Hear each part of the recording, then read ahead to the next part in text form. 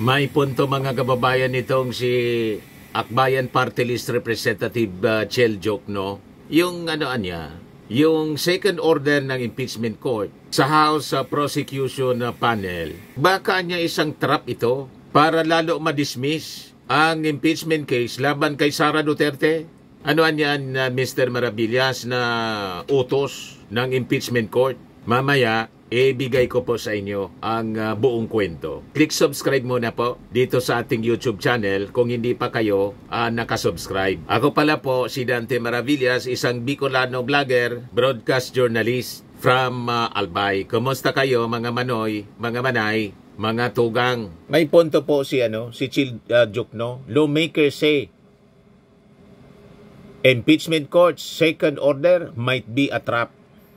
Ito kasing si Chis Escudero, mga kababayan, ang perception ng ating mga mamamayang Filipino, kasabwat ni Sara, kasabwat ng Defense Council, kasi kinumplikan niya talaga, mga kababayan, yung impeachment case. Ginulo niya. Kaya itong si Chis Escudero, mga kababayan, ang dami nang nagagalit sa kanya. Pati yung mga kapwa niya abogado, mga legal luminaries, pati yung mga constitutionalist, hindi nagugustuhan ang mga ginagawa ni Chis Escudero, mga kababayan. Ang minimin, mga kababayan, ni Chel Jokno na magiging parte ng House Prosecution Panel, yung naging utos ng impeachment court requiring the prosecution to submit a resolution approved by the lower chamber of the 20th Congress ratifying the acts of the 19th Congress of the House of Representatives and affirming its determination to pursue and prosecute the verified impeachment complaint against Vice President Sara Duterte. Paliwanag ni Chel Jokno, ang iba kasi niya may view such a resolution as a violation to the constitutional ban on initiating more than one impeachment complaint against the same official for 1 year. Madaling sabi, mga kababayan, itong aksyon na to, ang utos ng impeachment court, baka isang patibong lang para manapan ng butas. Gamitin yung resolusyon na patunay 2 beses na niya kayo na nag-file ng impeachment complaint.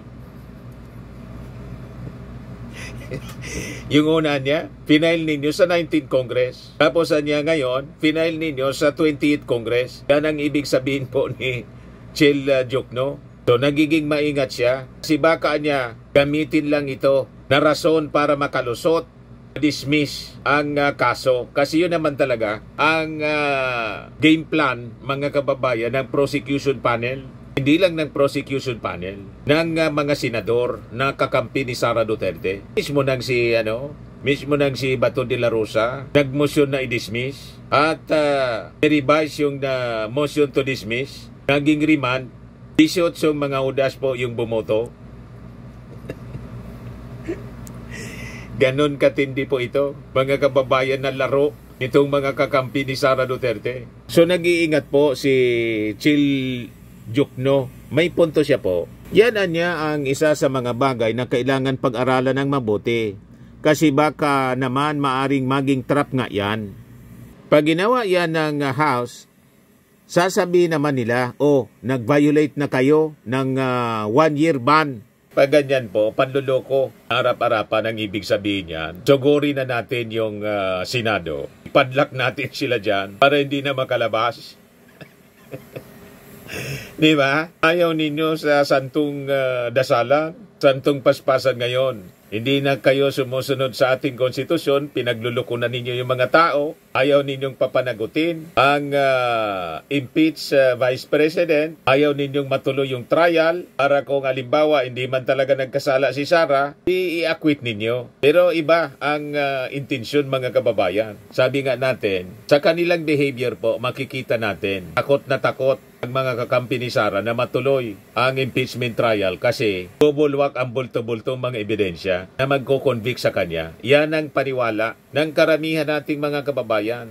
At saka pati ng prosecution panel kasi hawak nila yung bulto-bulto. At yung sabi nga ng bago na member ng private prosecution, si Attorney Lorna Capunan, Doon pa lang anya sa 4 na articles of impeachment enough na makonvict si Sara Duterte. Pero kahit isa lang sa articles of impeachment na 7, pag na-convict si Sara Duterte, tanggal na siya, mga kababayan, bilang Vice Presidente and will be perpetually disqualified to hold any public office. Kaya grabe ang nervyos po ng mga nasa kampo ng mga Duterte, pati ng mga senador na kanyang kakampi. Kaya sabi ni Chel Jokno, that's why anya, all of these things, all of what happened in the Senate is so highly questionable.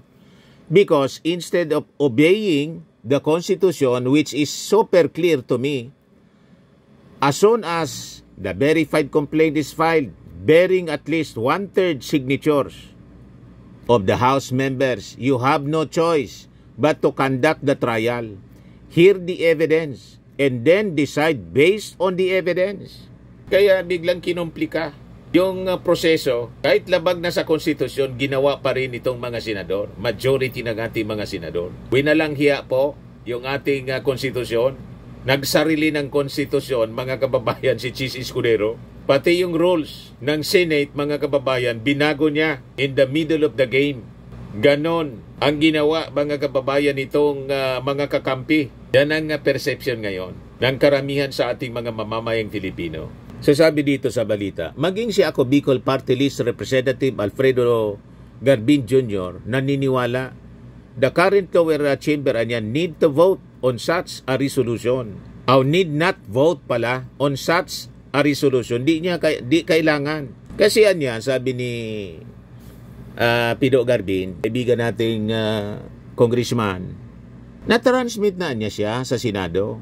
In the Constitution is clear. Malinaw na malinaw that what remains is for the Senate niya to try the same. Simulan ang trial, madaling sabi. Sabi naman po ni Chel Jokno, matapos niya na mag-file si Sara Duterte ng kanyang answer ad cautelam noong 1 linggo, yung kanyang impeachment case is ripe for trial. Hinog na niya. Itong filing niya of an answer signifies kasi that the issues have been joined, meaning that the case is now ripe for trial. If this is heard in a court of justice, hindi ka na pwedeng mag-file ng motion to dismiss dahil the issues have already been joined at dapat na mangyaring susunod ay i-conduct na ang trial. Sabi po ni Congressman Garbin at Jokno, neither the Constitution anya nor the Senate rules provide for a scenario to dismiss the articles of impeachment against Vice President Duterte na walang trial. Ang ibig sabihin ng trial ay ipaupo na yung mga testigo at ipresenta ang ebidensya. Kaya hindi ko maintindihan kung saan nanggaling yung sinasabi nila na pwede na raw i-dismiss. Ganon, mga kababayan. Kaya kailangang bantayan natin ito ng mabuti. Kasi harap-harapan po na sinasalaula ng mga senador ang institusyon ng Senado. Yung desisyon niya ng majority vote ay ang tanong ko naman dyan, saan galing yon? Wala akong nabasa in the Senate rules or in the Constitution, so pwede bang gagawa sila ng rules habang tumatakbo yung kaso? I've not heard of dismissal. And the Constitution does not speak of dismissal. The Constitution speaks of hearing in trial and then reception of evidence. I totally respect the opinion of the Senate President, but ours in the House of Representatives, it should proceed to trial. Sabi po ni Congressman Garbin. You see, mga yun ang tama na pananaw. Kahit itanong ninyo sa mga eksperto. Kaya malabo po itong mga pinagagawa ng ating mga senador. So anyway, tingnan na lang natin yung mga developments niyan in the coming days. O ngayon, pumunta na po, dumulog na sa NBI si Risa Ontiveros para mag-file ng kaso doon sa bumaliktad na testigo laban kay Kibuloy at inakusa si Risa Ontiveros yung pinagdadaldal ni Atty. Harry Roque. Mahilig ka niya magbayad ng testigo. Binayaran daw ng milyon itong alias Rene para magtestigo kay Kibuloy. Pumisback ngayon po si Risa Ontiveros. Sabi niya, sino ba ang nasa likod nitong kampanya ng pagsisinungaling? Senator Risa Ontiveros answered questions from the media as he filed raps against Michael Maurilio and others before the NBI for accusing her of bribing witnesses to implicate detained Apollo Kibuloy during last year's Senate investigation of the alleged abuses inside the Kingdom of Jesus Christ. So, pakinggan natin ang interview kay Risa Ontiveros, mga kababayan.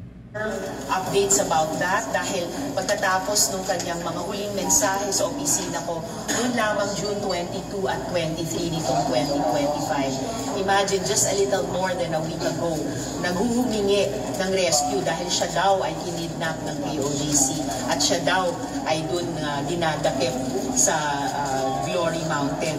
Hanggang ngayon, at nung pinoward namin agad sa PNP yung mga messages na yun at agad din nilang kinikilusan. Kaya lang, habang kinikilusan na yung kanyang mga mensahe noon, ay lumabas na itong video. Take note din pala, no, yung nirereklamo ko, pinaiimbestigang fake news. Yung final niya na kaso pala, cyber libel sa witness na bumaliktad. Nasabi nga natin, mga kababayan, malamang ginapang binayaran po, ginapang binayaran para bumaliktad laban kay Risa. Ganun. Channel, nagngangalang Pagtanggol Valiente. Bago-bago po yan. Binuo lamang noong June 24, the day after nung mga huling mensahe ni Michael Maurilio. So, hiniling ko sa NBI ngayon alamin sino ba yung Pagtanggol Valiente na yan, sinong mga tao, sinong grupo, at dahil baka o malamang konektado yan dun sa cry for help nung earlier last month ni Michael Maurilio. Nanalangin pa rin ako para sa kanyang kaligtasan. Sana matukoy kaagad ng PNP Davao kung nasan siya at mailigtas. Pero gayong paman, kailangan na niyang magpaliwanag at managot kung bakit siya nagsisinungaling sa mga video na ito. Sen, do you believe in the theory na maaaring hindi niya pinignan po si Michael Maurilio? His statement was not on his own volition at siya po ay in grave danger? Kung kinidnap talaga si Michael Maurilio at dahil doon ay kung nasa matinding panganib siya ngayon, all the more sana ay mapasakamay na siya ng PNP para sa mailigtas sa anumang panganib na maaaring pinaglalagyan niya at para din pwede siyang maimbestiga ng NBI batay dito sa reklamo ko at maging bahagi siya ng pagbuo ng kwento. Sino ba ang nasa likod nitong kampanya ito ng pagsisinungaling, fake news, witness tampering, at saka psychological warfare. Okay. Isa na lang. Do you think it's also appropriate that the government or Senate on their part gumawa po ng action para ma-rescue nga po ito kasi parang Well, ang Senado, dahil kami po ay legislative body, hindi po namin mandato o kakayahan mag-rescue ng mga kababayan natin nasa panganib. Kaya nga po yung mga huling mensahe yun ni Michael Maurilio sa PNP Davao namin agad ibinigay para kanilang ma-actionan. At hanggang ngayon, inaasahan kong ma-actionan nila ang sitwasyon, kung ano man yun, ni Michael Maurilio, at para mas mapalalim pa yung hiniling kong investigasyon ng NBI sa reklamo nito. Okay, thank you. Sa mga naghanap ng malinis and spacious fitness gym, pumunta lang po kayo sa aming Colossal Fitness Gym. We also offer Grab Car Rental with our brand new 2023 model ng Toyota Innova. We also accept booking for those who are planning to travel via PAL, Cebu Pacific, and other airline companies, local and international, and bills payment for Meralco Bills, PLDT, Aleco Bills, etc. Ang Colossal Fitness Gym is located at 3rd floor Security Bank Building, Lanco Business Park, Legazpi City, Albay. For inquiries, look for Chilon Maravillas. Contact number 0966-802-0949. Yan yung aming Innova. Lagi na pong matao sa amin. Pati mga foreigners po, tingnan ninyo. Mga British tourists sila. Ang lalaki ng katawan na, mga kababayan, nag-gym sa amin. Ito naman po, Indian National. Ito mga mga European sila. Ito naman yung bago naming product na binibenta online, Eye Glow Serum. Whitening po siya galing sa South Korea. Tingnan ninyo yung epekto sa aking anak na architect entrepreneur, Riz Maravillas. For inquiries, look for Riz Maravillas on FB. Ito naman po, Firmax Framing and Lifting Cream. Pinapahid po ito sa mga pulses and affected area. Mahina po ito sa mga pains at paninigas na mga kasong-kasuan. Ito po, Automax Radiant Serum. Sa mukha naman yung application. Anti-aging po siya. You will look 10 years younger than your age. Ito naman po yung bago naming product na binibenta online. I am worldwide amazing pure organic barley powdered drink mix from Australia. Endorsed by actress Maritoni Fernandez, isang cancer survivor. Ang mga health benefits niya: boost immunity, improves digestion, enhances energy levels, packed with antioxidants, and prevent cancer. For inquiries, look for Riz Maravillas. I-message na lang po ninyo siya. Sa mga mahilig sa imported bags and wallets, message lang po kayo kay Madam Eileen Rosales sa Eileen Closet. Nakabase siya sa Amerika. Yan siya mga kababayan.